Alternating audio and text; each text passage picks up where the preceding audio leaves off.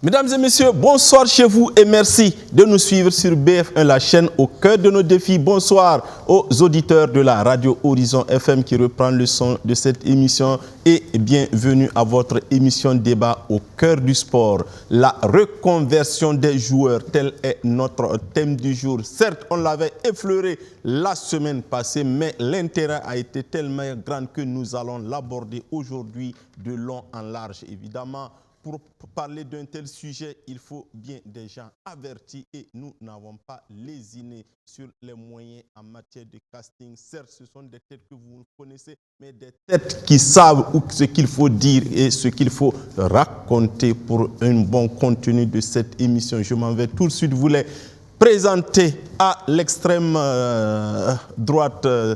Salifou Gigma qui n'était pas là la semaine passée. Salut, bonsoir. Bonsoir Madi, bonsoir à tous. Je suis là, c'est ça qui compte Madi. D'accord. Alors, en face de Salifou Gigma, c'est Bourema Maïga. Lui, il est ancien joueur, directeur sportif de Salitas. Naturellement, qui a fait sortir les mots qui ont fâché. Mais, oh, merci Maïga, parce que ça nous permet justement de détailler ces mots. Bonsoir Maïga. Oui, bonsoir Madi, bonsoir à tous. À côté de Bourema Maïga, Dem, bonsoir. Bonsoir, Madi. Voilà, ceux qui étaient là quand les autres n'étaient pas encore arrivés. Voilà pourquoi il est là ce soir. Last but not the least, quand on parle de reconversion, naturellement au niveau de la structure fédérale, il y a quelqu'un qui est chargé de ça. Et Dieu merci, la personne est avec nous. Et quelle personne encore? C'est une dame. Seigneur, merci. C'est Madame Cabré, née Nyampa Abibata. Bonsoir. Bonsoir Madi, bonsoir à tous les téléspectateurs. Vous êtes la présidente de la commission reconversion. Oui, effectivement. Il y a quelqu'un à reconvertir ici à la fin, je vais vous dire. Alors, nous aurons depuis Bruxelles, dans quelques instants, donc par Zoom, Seydou Madi Panantigri, donc un des membres de la PNP, Panantigri P3. Panantigri Nikiema P3, vous savez que c'est voilà, vous savez que c'est ce consortium qui avait organisé pendant un an les matchs des étalons. Donc, Panantigri va nous rejoindre bientôt pour échanger autour donc, de ce thème ô combien important et pour notre football et pour notre pays. Mais avant de rentrer dans le vif du sujet, alors je m'en vais vous donner un petit aperçu de l'actualité sportive. Vous savez, le championnat national de première division a repris aujourd'hui, la 16e journée. Il y avait 2 matchs avancés. Au stade municipal, l'AS Sonabel et l'Histoire ont fait match nul, 1 but partout à Bobo Dioulasso. L'ASFB a battu Vitesse, l'équipe de la première partie de saison pour moi, parce que même s'ils ont été deuxième au classement, c'était quand même l'équipe surprise, 2 buts à 1. Demain, on aura Salitas, Maïga est là, voilà, Salitas contre AS Police, 15h30, Stade Joseph Konombo, AS Douane Royal, AS Douane Royal, donc à 17h45, Stade Joseph Konombo, Raimo Asek, Stade Wobi, de Bobo Majestic et Faux à Ziari. Dimanche, le RCB, les Tigres de Diarra Dougou, de Oscar Barreau seront face à l'Asfa Yenenga. L'Asfa Yenenga qui a quand même quelques soucis, mais qui sont en voie de résolution selon le président Armand Pierre Bewende. Il nous a dit le plus dur est derrière nous, même si c'est demain, ce soir, que l'équipe est partie pour Bobo Dioulasso. Et on va terminer par Real du Faso RCK à Stade Issoufou Joseph Konombo. Il n'y a pas que les hommes qui jouent au foot. La preuve, Madame Yamba est là. Il y a le football féminin, 8e journée, dimanche. Voilà un championnat qui ne joue que le matin. Pour les couches tard, je ne suis pas sûr que vous puissiez voir ce spectacle. Alors, dimanche, RCB Danta au stade Wobi, ALH GNK au terrain RCB. Tout ça, c'est à Bobo Dioulasso, Dragon Azo, au stade Sangoulé La Misana, Bobo Dioulasso, USFA Étincelle, c'est le derby, le grand match de cette 8e journée au stade Issoufou Joseph Konombo et Gelgogi contre AS Tigres. sur le terrain de l'USFA. Tous les matchs commencent à 7h30. Voilà pourquoi il faut rentrer tôt si vous voulez suivre ces matchs. Voilà. Alors, il y a aussi le tournoi Edmond Tapsoba qui se poursuit sur le terrain de Salita. Si vous passez, vous allez voir les futures stars donc, qui sont en train de s'exprimer et qui, je le pense, on en sortira beaucoup de Edmond Tapsoba puisque c'est l'objectif de ce tournoi.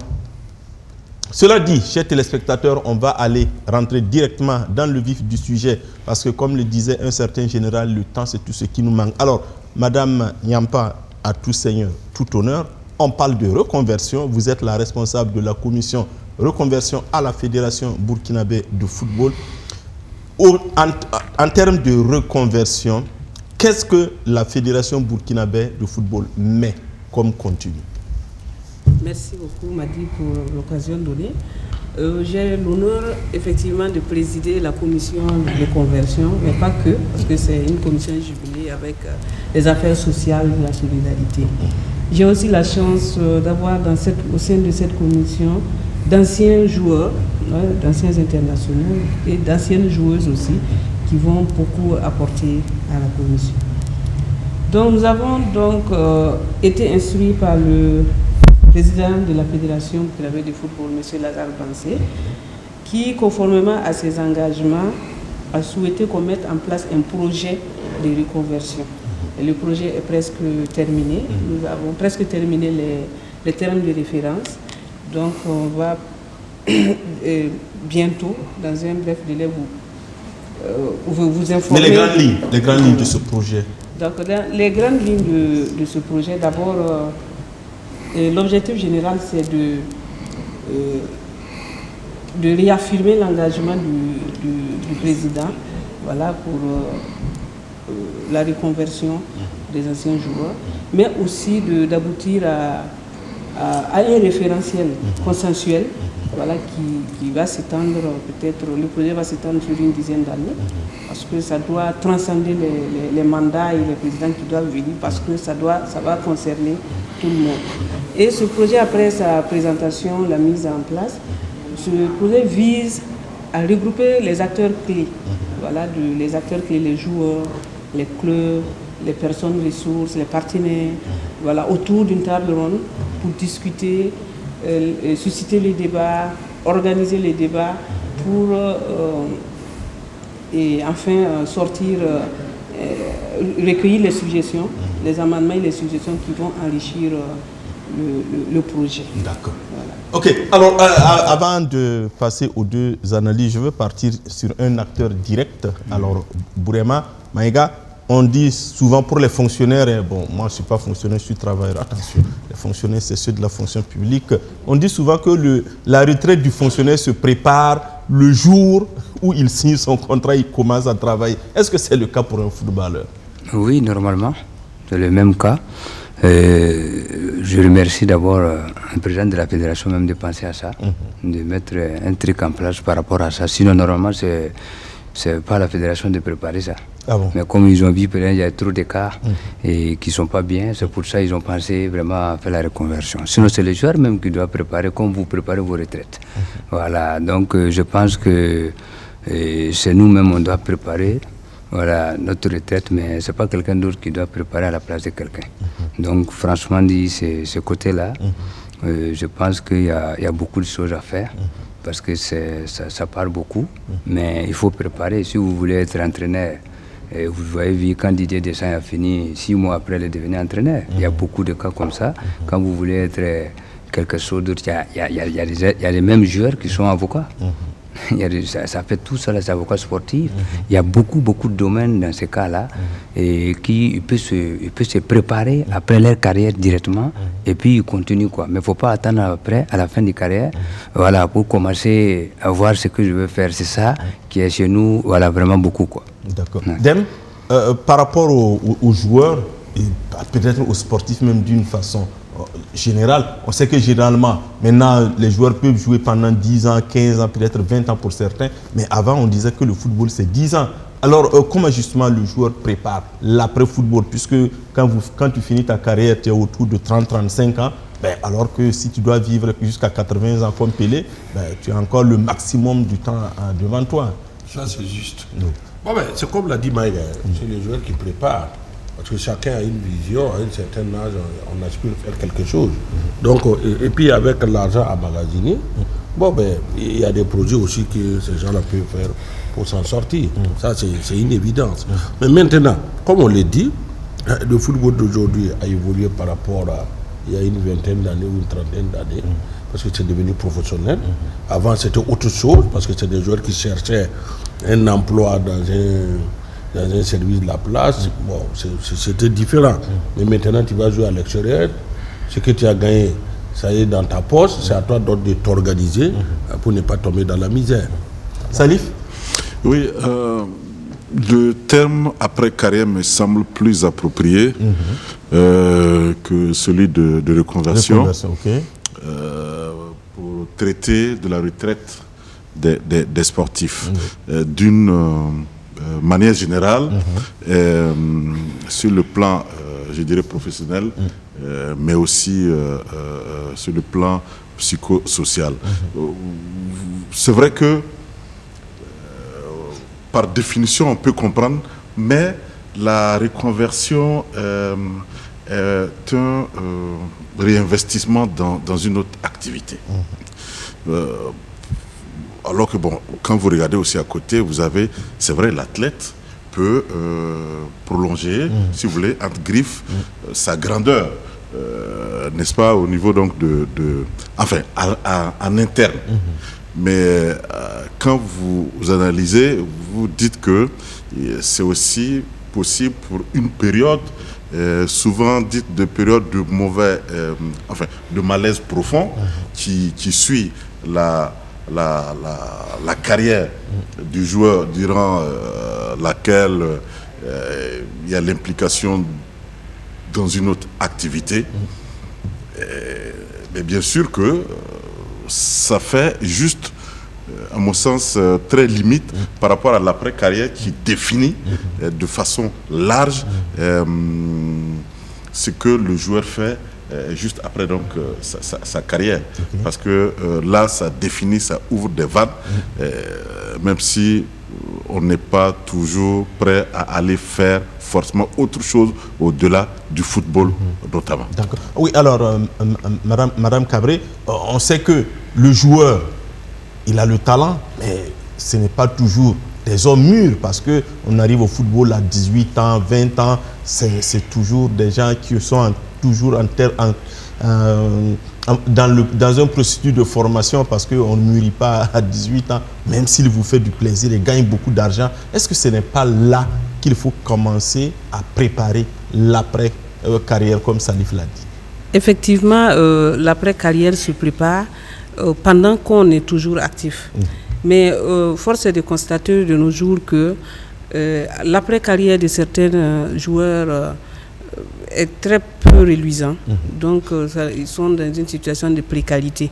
Et ce qui nous conduit à faire ce projet-là, pour voir dans quelle mesure on peut les aider, c'est pour les orienter à s'organiser mieux pour leur après-carrière. Mais concrètement, vous allez mettre en place une structure de conseil, ou bien la fédération va inventer quelque chose, en tout cas, qui puisse accompagner les joueurs pendant qu'ils sont sur le terrain, pour que, bon, justement, un peu comme la cotisation sociale, pour qu'après les gens puissent assurer leur vieux jour.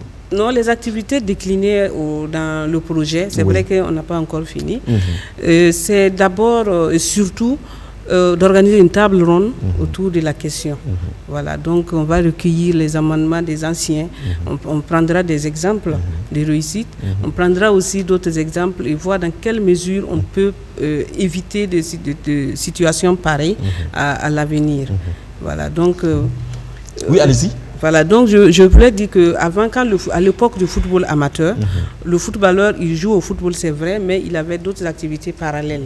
Donc, ce qui fait qu'à l'après-carrière, le choc psychologique qu'il va recevoir ne sera pas celui de la réinsertion professionnelle, mais c'est peut-être la perte de... comment je vais appeler ça, la notoriété. Voilà.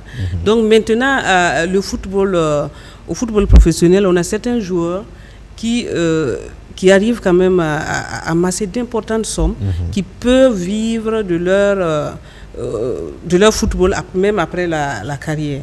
Mais la grande majorité qui est toujours dans notre championnat, qui n'est pas très aussi professionnel qu'on le dit, donc ils ont des difficultés, sans oublier que l'après-carrière peut être anticipé déjà, parce que tu peux préparer ta carrière, l'après-carrière, tu te dis, bon, je vais jouer au-delà de 10 ans, après je vais faire ci. Et si dans les 5 ans, on ne souhaite pas que quelque chose arrive, ça c'est anticipé.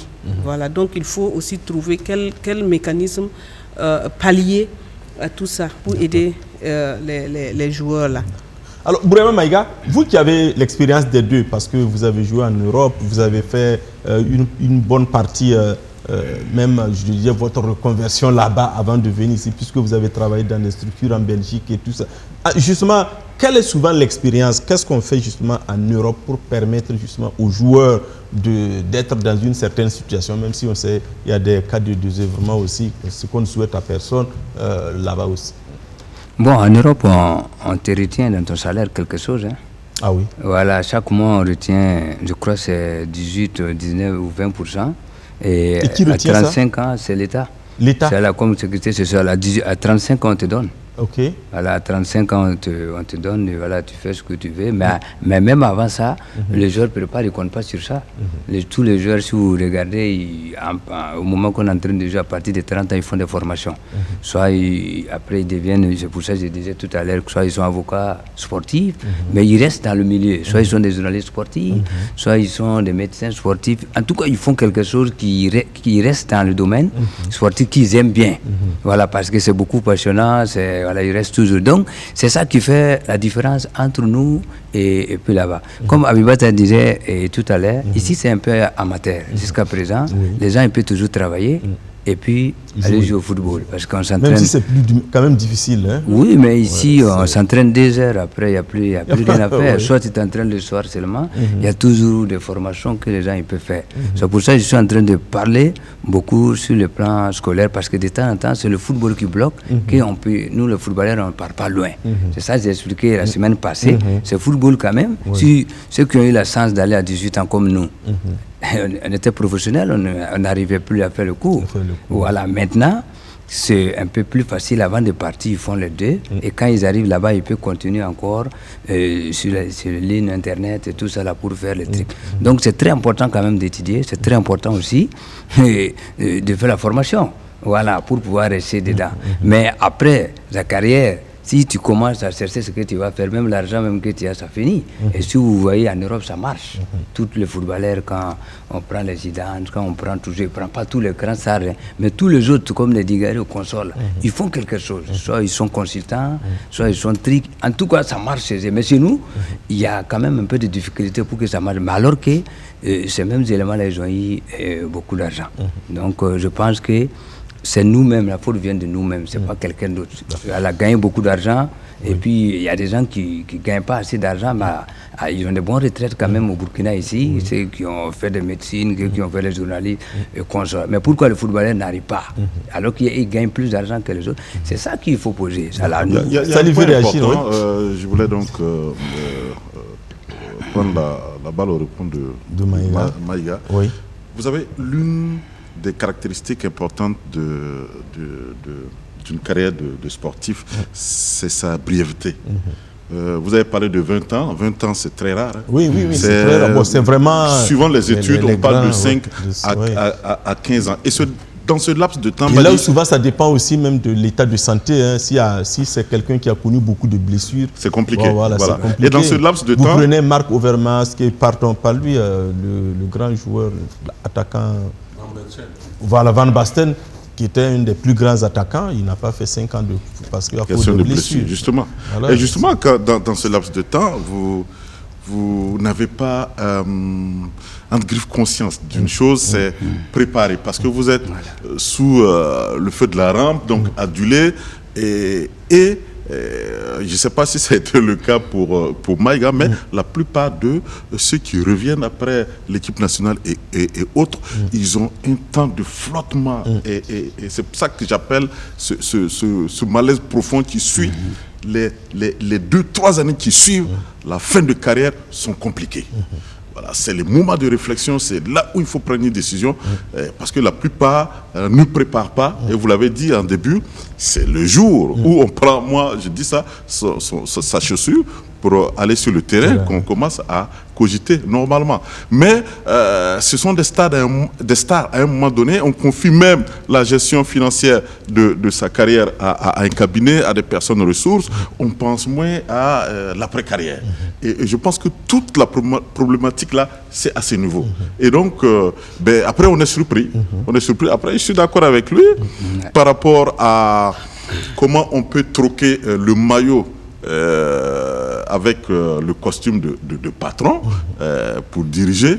Bon, ça c'est, je vous assure que le pont est là. Hein. C'est un grand pas à faire parce que la plupart du temps c'est une question de, je ne dirais pas de niveau, mais je sais quand même qu'il faut avoir une certaine compétence. Ouais. Voilà. C'est pour ça qu'il faut toujours commencer le base. Si vous ne commencez pas avec les bases, il y a des gens qui veulent sauter, ils veulent aller directement, tout de suite, par exemple, dans le haut niveau, parce qu'ils sont stars.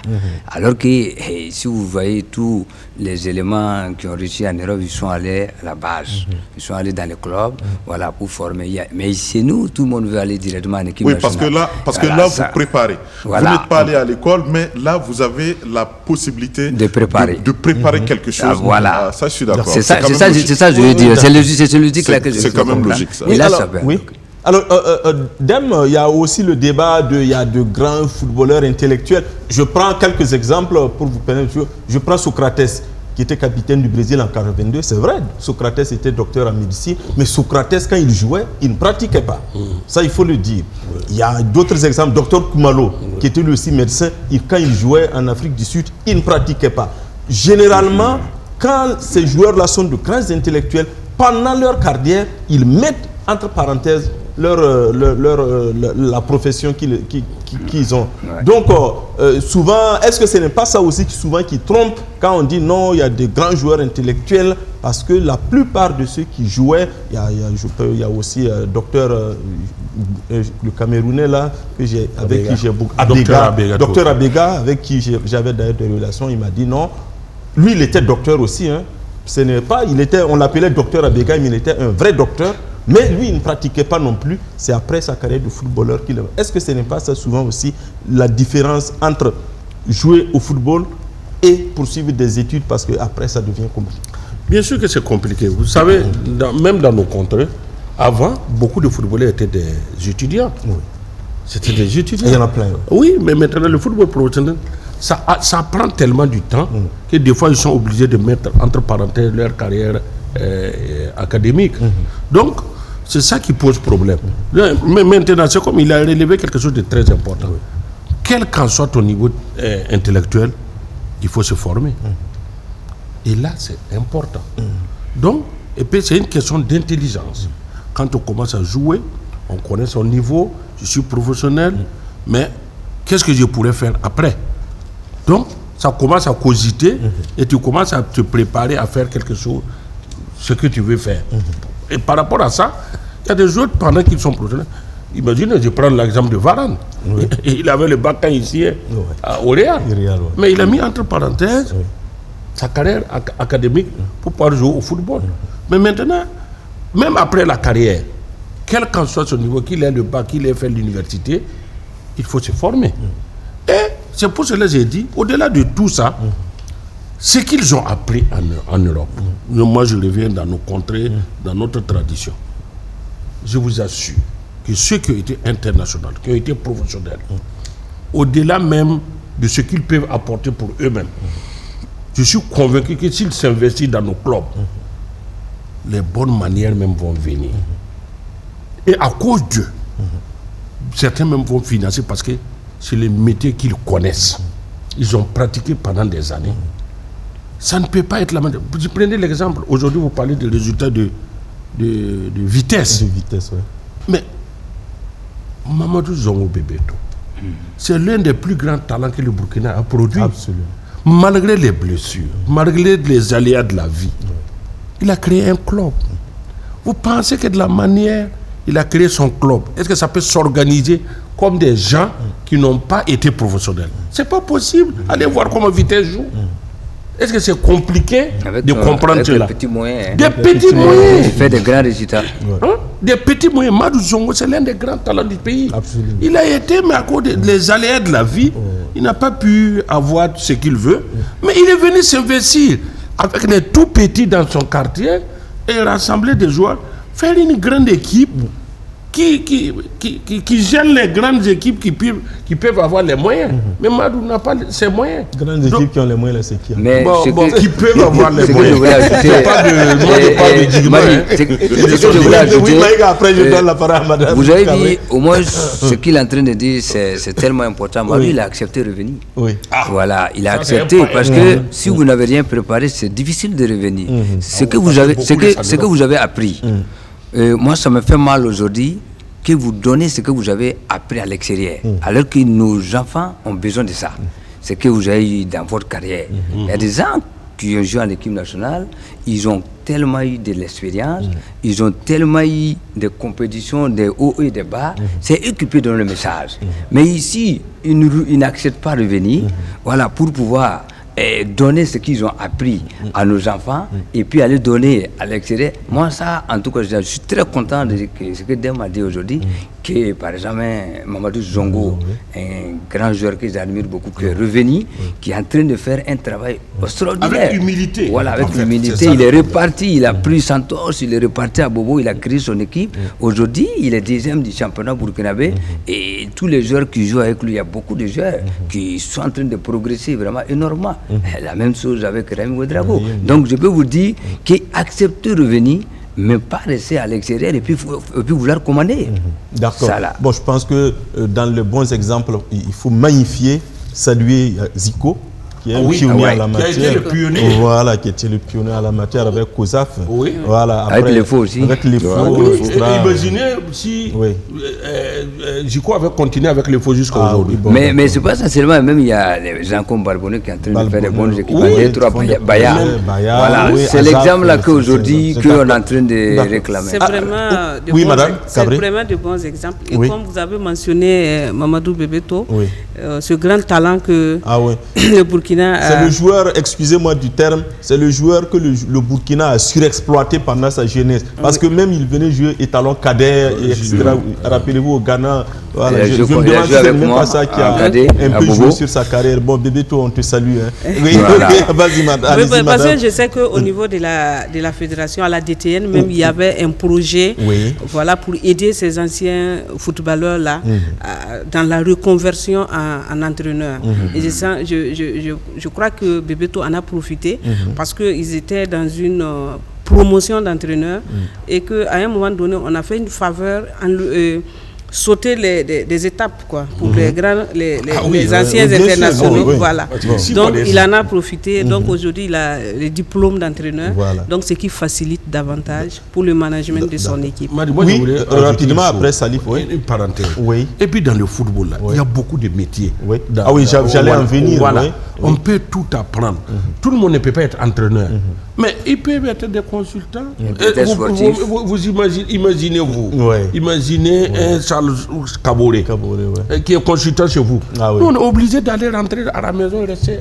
C'est de la place. Ce que toi, tu as vu, Charles n'a pas vu ça aussi. Oui, mais en attendant. Toi, tu as vu Mbappé l'épée. Voilà.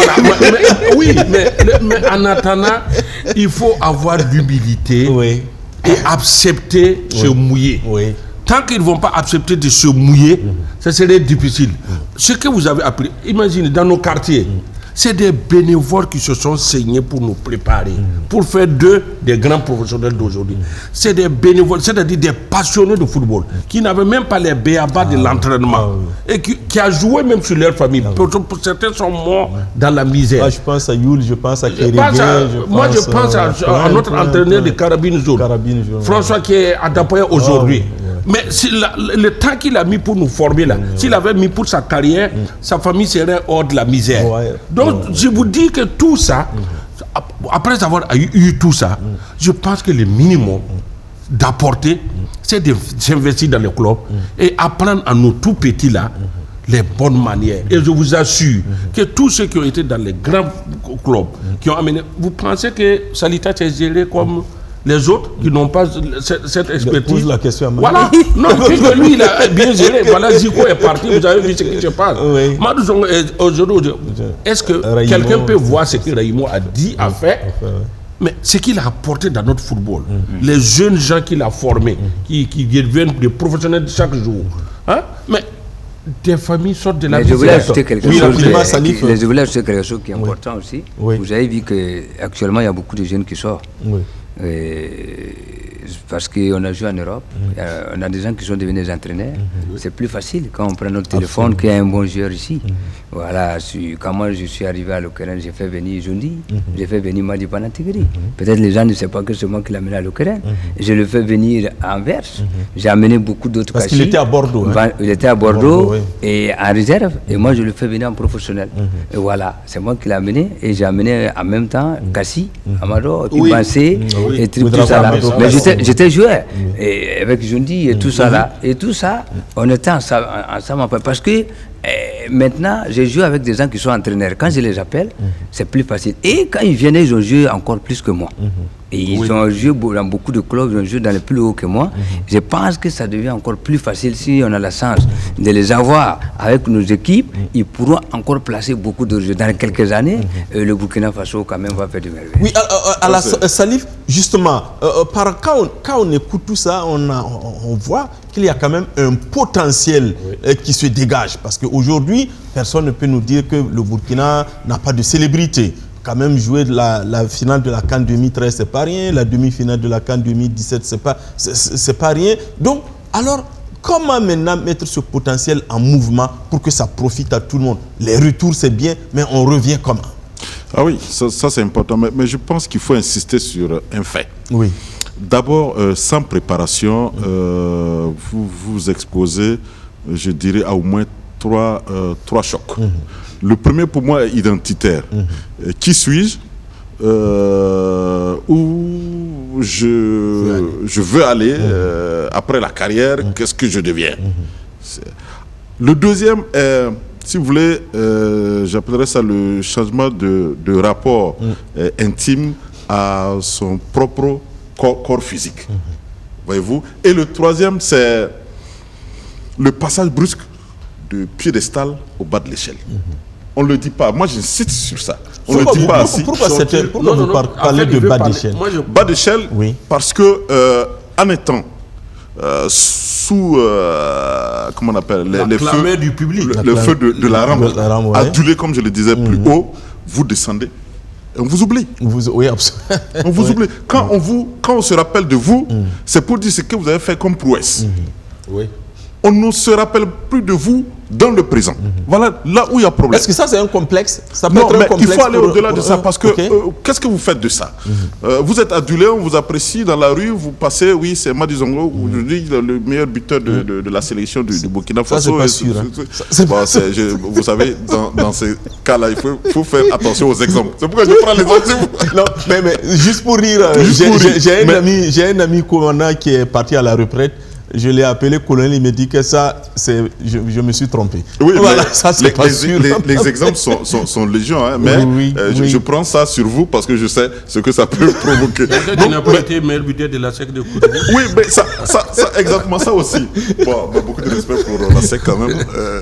On vous applaudit, mais à la fin, on vous applaudit, mais vous n'avez rien. Vous n'avez rien. Vous êtes là. Et vous allez servir d'invité pour, comment on appelle, orner et occuper les places lors des cérémonies. Les anciennes gloires. Exactement. Mais quand on vous secoue comme ça, sérieusement, vous ne pouvez même plus couper un ticket. Ouaga, Paris, je ne sais pas où. C'est un peu ça, c'est tout le danger. Même en Europe, la chance est qu'au moins les gens jouent avec leur âge réel et tout. Et ça fait qu'on n'a pas forcément... la plupart du temps, des cas de retraite anticipée. On n'en parle pas. On n'en parle pas assez, mais je pense que c'est lié à l'âge également. retraite anticipée. Comme c'est le pas cas anticipé, si c'est son âge, c'est que c'est la retraite normale. Oui, mais parce qu'en fait, tu t'étais menti avec les papiers. C'est ça que vous appelez le cumul des blessures. Voilà. Et on sait pourquoi cela. C'est arrivé à des joueurs. Parce que, bon, Maïga qui est technicien, il vous dira, à 18 ans, si tu veux jouer chaque 3 jours pendant 2 semaines, il n'y a pas de problème. Mais quand on vous dit que vous avez 18 ans alors que vous en avez 25, à la fin, c'est autre chose que ça donne. Mais justement, c'est un peu ça. C'est OK. Ça livre rapidement, avant que je... Parce que je voudrais... Et après, pour terminer, je pense qu'il faut falloir qu'on se regarde droit dans les yeux et se dire qu'il y a un souci lié déjà même au niveau académique, on va appeler ça comme ça, des uns et des autres. Vous êtes journaliste comme moi, vous savez comment on souffre quand on tend le micro aux joueurs sur le terrain. Il y a déjà un problème, il y a un complexe. Voilà, parce qu'on ne peut pas parler la langue, parce qu'on a peur de faire, de raconter des clous, excusez-moi, et il y a pas mal de choses comme ça. Il faut commencer à travailler là. Il faut que les gens se lâchent. Et puis après, que chacun aussi sache où il est. Parce que bon, si vous êtes arrivé, comme Maïga l'a dit, sur la pointe des pieds comme ça, vous avez presque traversé la cour de l'école et vous voulez être un jour président de fédération, je vais bien. Mais aujourd'hui, vous êtes obligé de réfléchir, de concevoir des choses, et là, ça fait appel à des compétences. Oui, vous représentez le pays. Hein. Oui, d'accord. Ah oui, alors, Madame Cabré, Salif a parlé justement de l'âge des joueurs. C'est vrai, on dira, mais ça ne joue pas directement sur la reconversion ou la pré-carrière. Mais est-ce que tout ne part pas de là? Parce que si le joueur, alors qu'on pense qu'il peut jouer 20 ans, il joue 5 ans, il n'aura pas assez d'argent. Et après, il y en a qui se prennent malheureusement la tête au lieu d'acheter CT. Parce que pour mettre, il achète un bolide. Il n'y a plus CT, m'a dit. Voilà, non, bon, soit dit en passant. Est-ce qu'au niveau de la fédération et de votre structure, vous pensez justement à tout ça et justement en amenant les joueurs à faire attention à ce qu'ils font, même si l'argent de chacun lui appartient?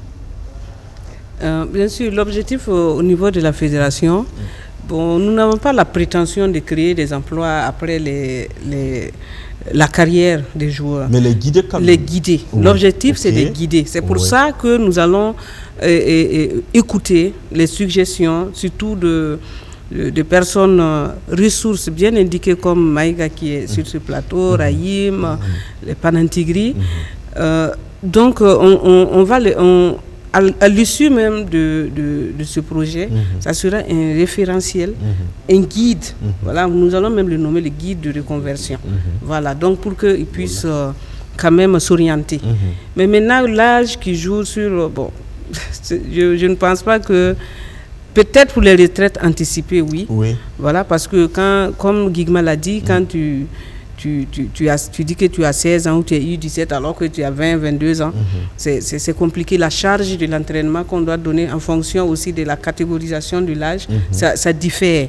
Donc, sans être spécialiste du domaine, je sais que c'est ça qui amène certaines blessures et qui viennent aussi avec des retraites anticipées. Ça, c'est les aspects techniques. Alors, Maïga, justement, est-ce que certains joueurs aussi ne sont pas victimes de la mauvaise compagnie? Parce que quand tu as l'argent, bon, je ne parle pas des nanas, mais parce que même entre garçons, tu as tout le quartier derrière toi, c'est toi qui fais tout. On ne dit pas de ne pas aider, mais est-ce que ça n'amène pas certains aussi à oublier qu'après le football, la vie continue? Non, nous, les joueurs, on pense qu'on est riche. Ah oui. Alors que peut-être on a 10 ans de gagner beaucoup d'argent, sans retraite. Donc c'est ça qui nous trompe d'abord. On joue, c'est le métier d'un footballeur, moi je peux vous dire, c'est le meilleur métier du monde en 10 ans. Quand tu signes un contrat, tu as voiture, tu as maison, tu as l'argent, tu as prime de match. Tu viens en sélection, tu as l'argent. Voilà, on paye ton ticket d'avion, on paye ticket ta famille et tout ça. Donc à ce moment, tu te trompes, tu penses que vraiment tu es riche. Donc à ce moment, tu gaspilles. Voilà, moi je pense que le problème, c'est les joueurs même. Voilà, il y a les mauvaises compagnies. Voilà, nous tous, voilà, on a été avec ces mauvaises compagnies, mais on n'a pas suivi. Voilà, il faut savoir d'où tu viens, comment tu étais avant. Il ne faut pas oublier ça. Si tu n'oublies pas ça, moi je pense Voilà, on sait que la plupart des joueurs, j'ai toujours dit qu'on n'a pas eu la chance d'aller loin à l'école. Donc, si tu ne fais pas attention avec ce que tu as gagné, après tu vas faire quoi? Voilà. Et j'attendais toujours, tout de suite, ce que disait madame. Et c'est dommage. La fédération accompagne seulement. La fédération ne peut rien faire dans ça. Okay. Ils n'ont rien à voir avec voilà, ce conseil, des trucs qui ne vont même pas t'écouter. Il n'y a aucun joueur qui va écouter. Voilà. Maintenant, ils vont essayer de mettre quelque chose en place pour les guider. Guider, mais ils ne vont pas toujours vous écouter parce qu'il se prend la star, il se prend riche. Il y a 80% de ces joueurs-là, ils n'écoutent pas les gens. Donc, ce qui arrive à la fin, voilà, c'est ce qui est là. Il y a 90% des joueurs, après leur carrière, et 2 ans après, ils ont des problèmes. Donc, quand ils ont des problèmes, il faut qu'ils courent derrière les poches. Quand on court derrière les poches, et là, parce que là où il y a l'argent, mais on ne peut pas aller là où il y a la formation. Tout ce que la fédération peut faire, seulement c'est de former. La fédération peut les aider de former. Comme Abata a dit, Zongo est venu, Mamadou Zongo, de l'Hollande, et il était ici à l'Assoa, après Santos, il a formé. Et puis maintenant, même ils viennent tous de Tunisie encore pour se former. Ils continuent. Ça, c'est le futur. Oui. Donc, je peux vous dire, ce qu'on est en train de dire là, ça va être très difficile pour quand même s'approcher aux joueurs, essayer de les conseiller, parce qu'actuellement, c'est les stars. Hein, ils sont, voilà. Il faut prendre des conseillers sportifs qui vont vous aider à investir. Voilà. En tout cas, moi, les joueurs qui sont avec moi, c'est ce que moi je fais. Moi, ce n'est pas mon métier. Je ne le connais pas. Ce que je connais, c'est le conseil. Quand on a un contrat, j'ai un avocat, on vient, on négocie. Mais là où il faut investir, il faut prendre. Il y a des gens, c'est leur métier, tu les payes, ils vont investir ton argent après ta carrière. Voilà, tu vis tranquillement. Mais sur le côté, là où ceux qui sont en train de me c'est pour les accompagner, quand même, la fédération, j'ai tout le chapeau à ce qu'ils ont mis. Voilà, surtout. Bon, les jeunes locaux, je l'ai toujours dit, tout le monde peut faire formation. Même ils sont en train de jouer, ils peuvent faire des formations. Mais quand on dit on est joueur, on est star, on ne peut rien faire, après ta carrière, tu vas souffrir. D'accord. Oui, justement, oui, madame. Je voulais ajouter quelque chose parce que la reconversion telle qu'on parle maintenant, on parle beaucoup plus de ceux qui ont joué au niveau professionnel. Maintenant, on ne parle pas de nos joueurs qui sont au pays. Or que c'est surtout ça. Voilà, donc le contexte même est marqué par l'organisation quasi instable même des clubs, donc qui, même pendant la carrière même, sont dans une certaine précarité. Absolument. Donc n'en parlons même pas de l'après-carrière. Donc c'est surtout, voilà, c'est surtout pour eux que le problème se pose. Voilà. Oui, alors Dem, Maïga a parlé des conseillers, des aides et tout ça, mais on sait aussi que beaucoup de joueurs ont été victimes d'escrocs qui les ont mis dans des situations difficiles parce que sous prétexte de les aider, ils étaient tout simplement en train de pomper ce qu'ils gagnent et après le joueur se retrouve, il n'a plus que ses yeux pour pleurer. Oui, c'est arrivé. Oui. Mais c'est quand même une minorité. Sinon, ça c'est arrivé beaucoup en Europe. On connaît des grands joueurs qui se sont appauvris. Il y a Bellon, Bruno Bellon dont on parle. Ouais. Il y a José Touré dont on parle. Il y a des exemples. Il y a Gascoigne que tout le monde a connu à un moment donné. Ouais. Même si c'est lié à autre chose. Imalan Boué qui n'oubliera jamais son ex-femme. Voilà. C'est arrivé. Mais ce n'est pas pour autant qu'il ne faut pas le faire. Comme l'a dit Maïga, il y a certains, c'est leur métier. Il faut demander des conseils. Mais il faut être, en toute chose, il faut être méfiant, il faut être vigilant pour ne pas perdre la face. Mais c'est toujours mieux ainsi que de vouloir faire quelque chose que tu ne maîtrises pas. Voilà. Mais je dis, au-delà de tout ça, c'est des jeunes gens qui sont partis chercher, qui sont venus pour investir dans le pays. Je pense qu'ils seront même accompagnés. D'accord. Je voulais ajouter quelque chose, ce qui est important, même l'investissement des joueurs là. Oui. Il ne peut pas faire tous les investissements quand tu es joueur. Et il y a des investissements, par exemple, quand tu achètes camion, tu es en train d'aller au terrain, on dit que ton camion est tombé. Mais le joueur ne peut pas travailler. C'est pour ça qu'il faut prendre un conseil sportif. Voilà, il y a des investissements qu'il faut faire. Tu peux payer des actions, tu peux faire beaucoup de choses de tout ça. Là. À un moment donné, au cours, ça a eu des problèmes. Plus de 10 milliards. Donc, si vous ne savez pas là où il faut mettre, et comme nous, moi j'ai toujours dit, les gens, ils m'attaquent par rapport à ça, qu'on n'a pas eu la chance à cause du football d'aller loin. Il y a des choses qu'on ne connaît pas. Il faut aller chercher les gens qui ont fait leur études. Voilà, même si vous êtes allé à l'école, il y a des métiers, il y a des choses qu'il faut s'apprendre. Donc aujourd'hui, je vais revenir. Je pense que nos techniciens s'activent. Voilà. Alors, je pense qu'on a Seydou Madi Panantigri en direct donc, de Bruxelles. Bonsoir Madi Panantigri. Bonsoir Monsieur Zongo. Je crois que... Bonsoir Monsieur Voilà, Zongo. on vous voit à l'écran, vous m'entendez? Oui, je vous entends parfaitement. Bon, voilà. En attendant donc que les techniciens achèvent de... Donc, vous voyez, voilà, avec Panantigri. Oui. Toutes les investissements. Oui. Vous pouvez avoir des milliards, Oui. mais vous n'allez pas jouer. Oui. Parce que quand vous êtes match ou bien quand on vend quelque chose, on dit donc il faut savoir tout ça. Donc il y a beaucoup de choses autour. Il faut quand même prendre des conseillers et puis il va vous aider dans les investissements. Après votre carrière, vous êtes tranquille. Ah oui, Salif, justement, comme Madame Cabré l'a dit, on parle de ceux qui ont réussi, qui ont eu beaucoup d'argent, mais justement, il y a la grande masse de ceux qui ont fait carrière ici et qui sont tout simplement repartis les mains vides. Parce que déjà, quand ils jouaient, c'était compliqué. Ce n'est pas, bon, quand on ne mange pas à sa faim, quand on joue, ce n'est pas quand on ne joue plus qu'on aura quelque chose. Pour ces gens-là, qu'est-ce qu'il faut faire, Salif?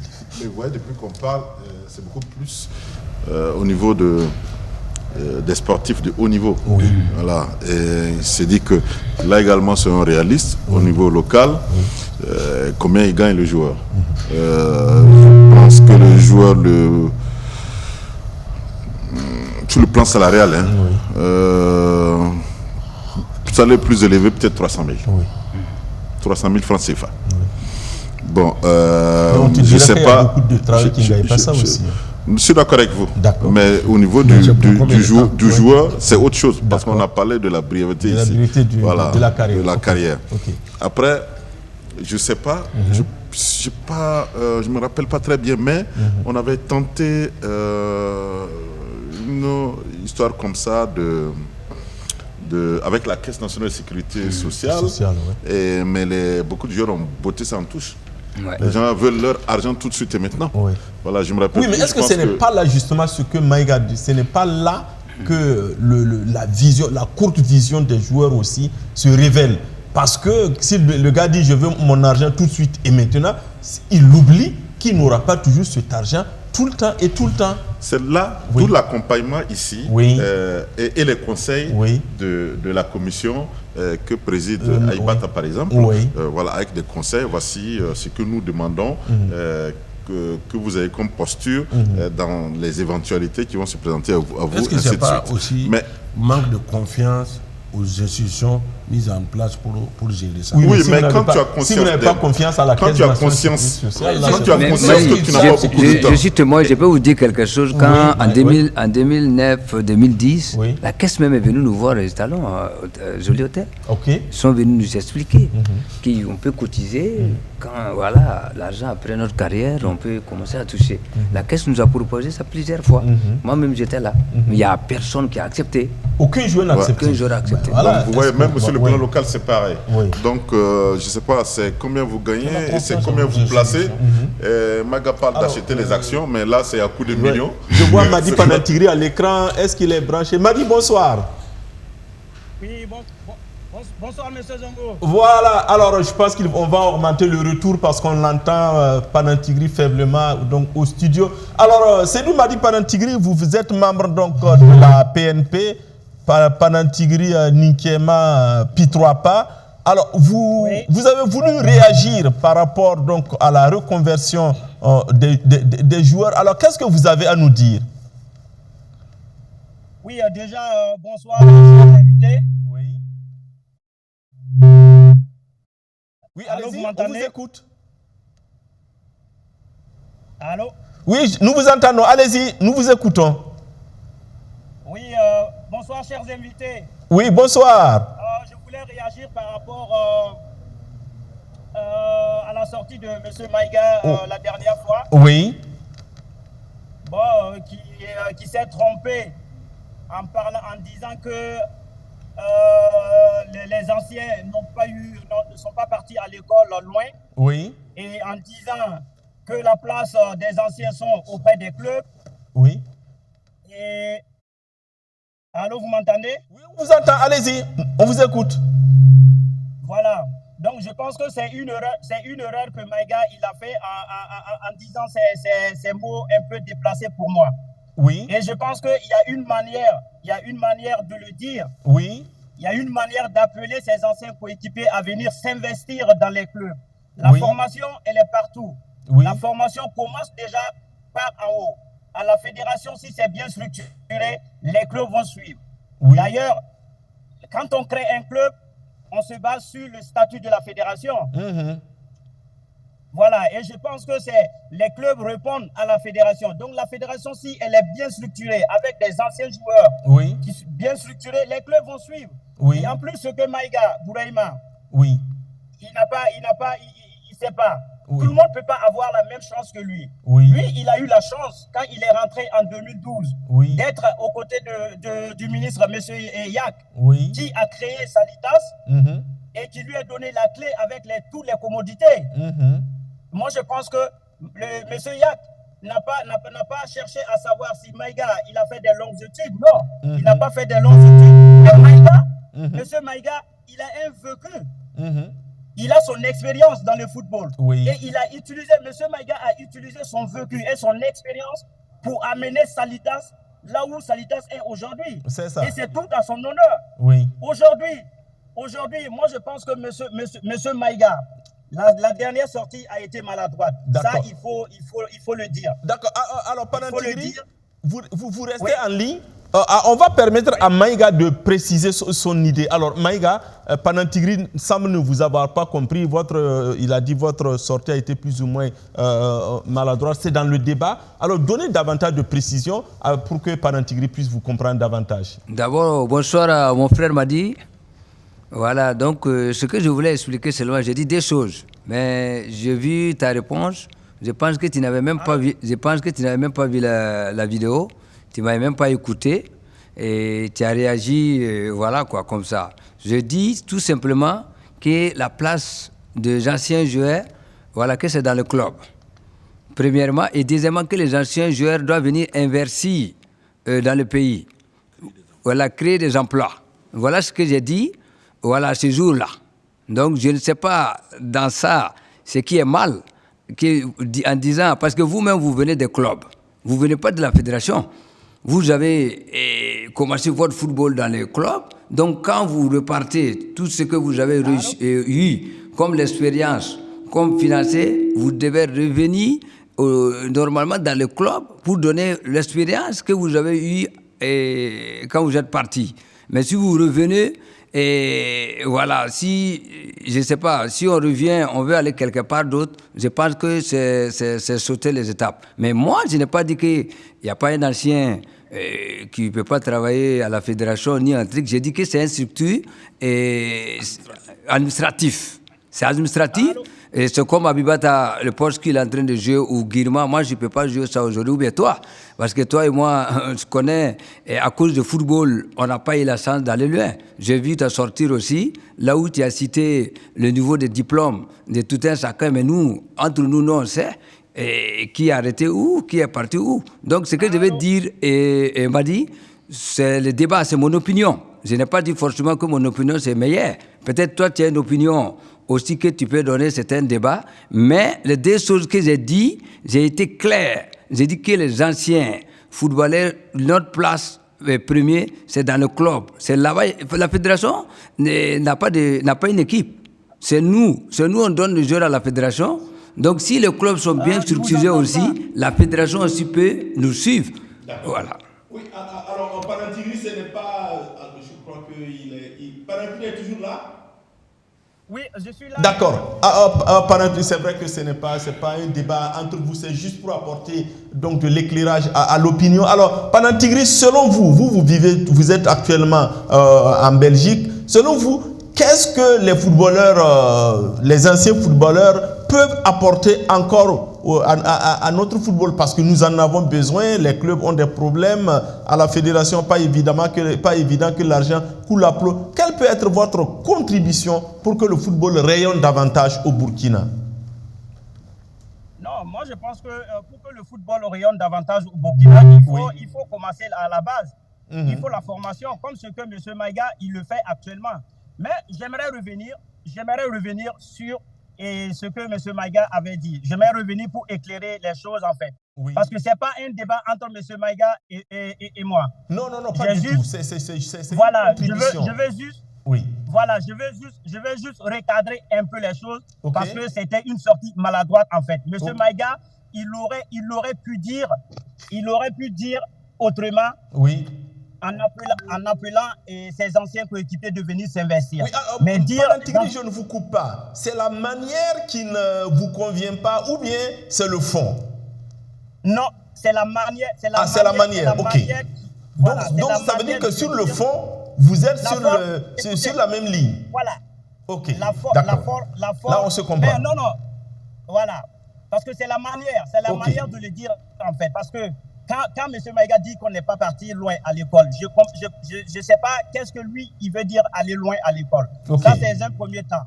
Et quand M. Maïga dit qu'il n'y a rien à faire à la fédération, et quand M. Maïga dit que la place des anciens, c'est auprès des clubs et pas à la fédération, je ne comprends pas.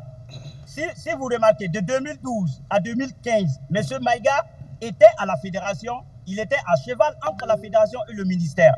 Et quand vous regardez, le Burkina Faso a engrangé ses meilleurs résultats pendant ces moments. Ça veut dire que M. Maïga, il a apporté quelque chose au groupe. Il a apporté quelque chose au football burkinabé. Donc, c'est pour dire qu'aujourd'hui, il n'est pas question d'aller loin à l'école pour pouvoir mener à bien un projet. On peut ne pas aller à l'école et puis mener à bien un bon projet. La preuve, Maïga, il est l'exemple parfait. D'accord. Oui, Panantigri, on ne pris pas le temps, mais je voudrais vous poser une question. Alors, votre structure là, la PNP, Panantigri, Ninkema, P3PA, alors, qu'est-ce que vous voulez apporter concrètement? C'est que vous avez organisé les marches du temps du ministre Dominique Nana, je crois, après les choses, le contrat n'a pas été renouvelé.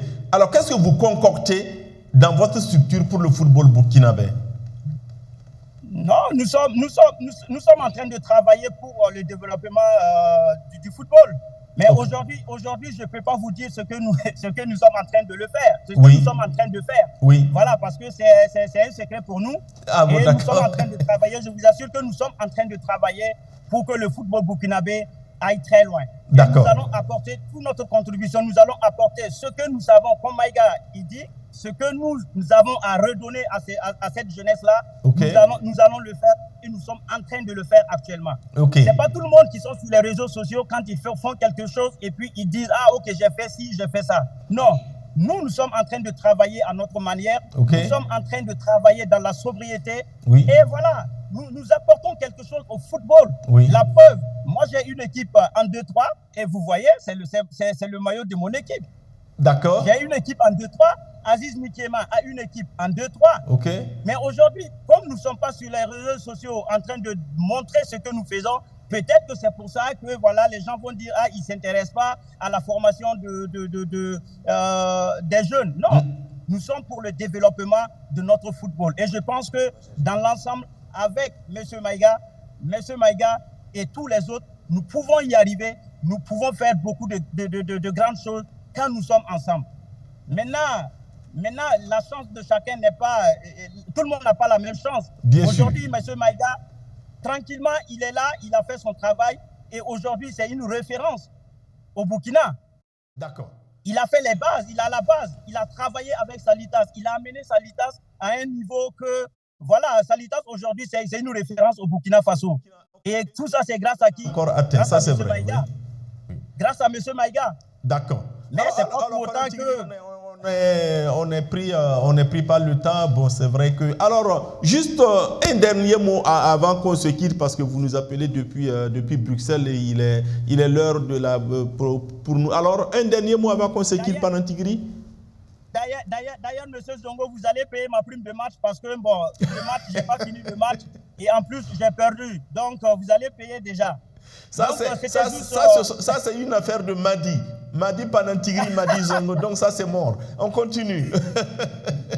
D'accord. Donc, non, c'était juste pour dire, voilà, pour souhaiter mes meilleurs vœux parce que je n'ai pas commencé par ça. Merci. Souhaiter mes meilleurs vœux au Burkinabé et beaucoup de santé. Que la paix et la sécurité reviennent dans notre pays parce que nous en avons besoin. Vraiment besoin. Et déjà pour dire à M. Maïga, mon frère, il n'y a rien entre nous. Non, bien sûr, bien sûr. C'est pour ça que le football se développe. Tu as Merci tu donnes beaucoup. des idées et nous aussi, on apporte ce que nous avons à apporter. Oui. Il n'y a pas de souci, c'est comme ça le football peut se développer. Absolument. Donc, voilà. voilà. Merci beaucoup Seydou Madi Panantigri qui est allez ciao ciao comme on le dit alors depuis donc Bruxelles. Vous voyez, c'est comme on le dit, c'est quand allez bye bye, c'est quand on ne se parle pas qu'on ne se comprend pas. Panantigri a dit c'est la manière mais pas le fond. Donc finalement tout le monde dit la même chose. Alors James, c'est fini hein. Rapidement, oui. un tour de table et puis on se quitte rapidement. Préciser une chose. Oui. Je préfère sa réaction. Ok. Je préfère sa réaction. Oui. Contrairement à certains. Oui. Qui ne savent parler que dans les couloirs. Ok. Ou bien qui parlent dans les réseaux sociaux. Ok. On leur dit de venir contribuer. Mais apparemment, quand j'écoute bien, je n'ai pas l'impression que Mani Panantigri a vu l'émission. Parce que il n'a pas dit que tous les joueurs ne sont pas allés loin à l'école. Il a dit la plupart. D'accord. Donc faisons beaucoup attention aux termes qui ont été utilisés. D'accord. Et heureusement qu'il dit que dans le fond, il se rejoint. Donc on s'est dit, si les joueurs professionnels s'investissent dans les clubs, c'est les clubs qui font la fédération. C'est une parcelle normale. D'accord. Si vous êtes dirigeant dans vos clubs, ça va aller de bon. dessus. Ah oui, Almaïga, je ne comprends pas ce débat. Parce voilà. que, bon, pour finir, c'est Madi il a parlé, on a tout dit. Voilà, moi je dis, il n'y a rien entre nous. On s'appelle toujours. Bien sûr. Voilà, s'il y a quelque chose, des fois même là, s'il n'est pas d'accord, il m'appelle. Bien sûr. Voilà, cette fois-ci encore, ça m'a surpris qu'il a parlé. C'est pour ça que j'ai dit, c'est moi qui ai amené Madi à l'Ukraine. C'est moi qui l'ai fait venir. Je l'ai envoyé 2 fois dans des clubs. Je l'ai envoyé, il était encore, je l'ai ramené encore à Anvers. Sa carrière a été lancée. Aujourd'hui, Dieu merci, à cause de ça, il a toute sa famille. Voilà. C'est un frère. C'est un frère, bien sûr. On va développer le football ensemble. Mais je suis content qu'il m'a rejoint parce qu'il a un club. Il a un club. Moi, mon combat, c'est ça, qu'il revienne. Mais si tu as un club et puis tu n'es pas là, c'est encore difficile. Hein? D'accord. Voilà. Salif? Non, mais je suis content que ça se termine comme ça. C'est le fair play à la fin. Et puis beaucoup de compréhension. Maïga a fait preuve de maturité. Madi a réagi. Tout tourne autour de Maïga, bizarrement. Voilà, Madi a réagi. Et c'est bon, il n'y a pas de problème. D'accord. Alors, que ça a contribué Madame Cabré, pour finir, les choses. Moi, je voudrais simplement ajouter que Madi, PNP, tout ça, sont un très bel exemple de reconversion. Maïga, Raïm, Zico et puis Bebeto, etc. Et que ce sont des personnes ressources qui vont nous aider à faire ce guide-là pour les jeunes qui sont en activité actuellement. Voilà. Alors, notre satisfaction, c'est que nous posons toujours le débat et nous poserons toujours le débat parce que, vous voyez, dans les réseaux sociaux, tout ce qu'on a raconté, on a vu que finalement, ça fait psh, parce que les gens disent la même chose. Panantigri, c'est la manière qui n'a pas plu, ce qui est du reste normal. Mais le plus important, c'est le fond. Or, dans le fond, tout le monde se rejoint. Nous devons tous nous battre pour le développement de ce football et partant le développement de ce pays. Donc, merci Maïga d'être venu. Merci Dem. Je demande toujours aux gens d'écouter. Qui va les demander? Non, c'est toi Est-ce que moi je peux demander que les gens écoutent bien, que les gens écoutent bien ce qui est dit, que les gens écoutent bien ce qui est dit sur le plateau, au lieu d'interpréter ou bien que c'est des gens qui les rapportent. Ils n'ont qu'à les écouter. Salif. Ce ne sont pas les copies qui manquent. De toute façon, ce sera difficile. Merci Salif. Sur les ondes de la radio également. Merci Madame Nyampa. Ma conviction, c'est que ce n'est pas la dernière fois que vous venez. Venez quand vous voulez parce que nous avons toujours besoin des voix. Vous nous avez apporté une voix féminine et ça nous a fait du bien. Si vous n'avez pas été là ce soir-là, pas sûr que ça allait finir comme ça. Hein. Merci à vous, très chers téléspectateurs et auditeurs de la radio Horizon FM. Vous savez, Aimé Sazer a dit: je demande trop aux hommes, mais pas assez aux nègres. Ça veut dire que nous, Africains, si nous voulons nous développer, nous devons travailler 2 fois plus que les Européens. Nous ne faisons pas d'illusions. Ce n'est pas en disant ils ont fait. C'est en travaillant que nous allons nous développer. Le champion, c'est celui qui croit en lui-même quand personne ne le croit. Notre conviction, c'est que le Burkina va se développer avec notre sueur et notre conviction. Sur ce, on va se donner rendez-vous vendredi prochain pour un autre numéro de votre émission Au cœur du sport. Merci au passage à Irénée Nana et à toute l'équipe de réalisation et Stéphanie Toué, notre chef d'édition. Rendez-vous vendredi prochain, 21h, pour une autre émission de Au cœur du sport. Au revoir.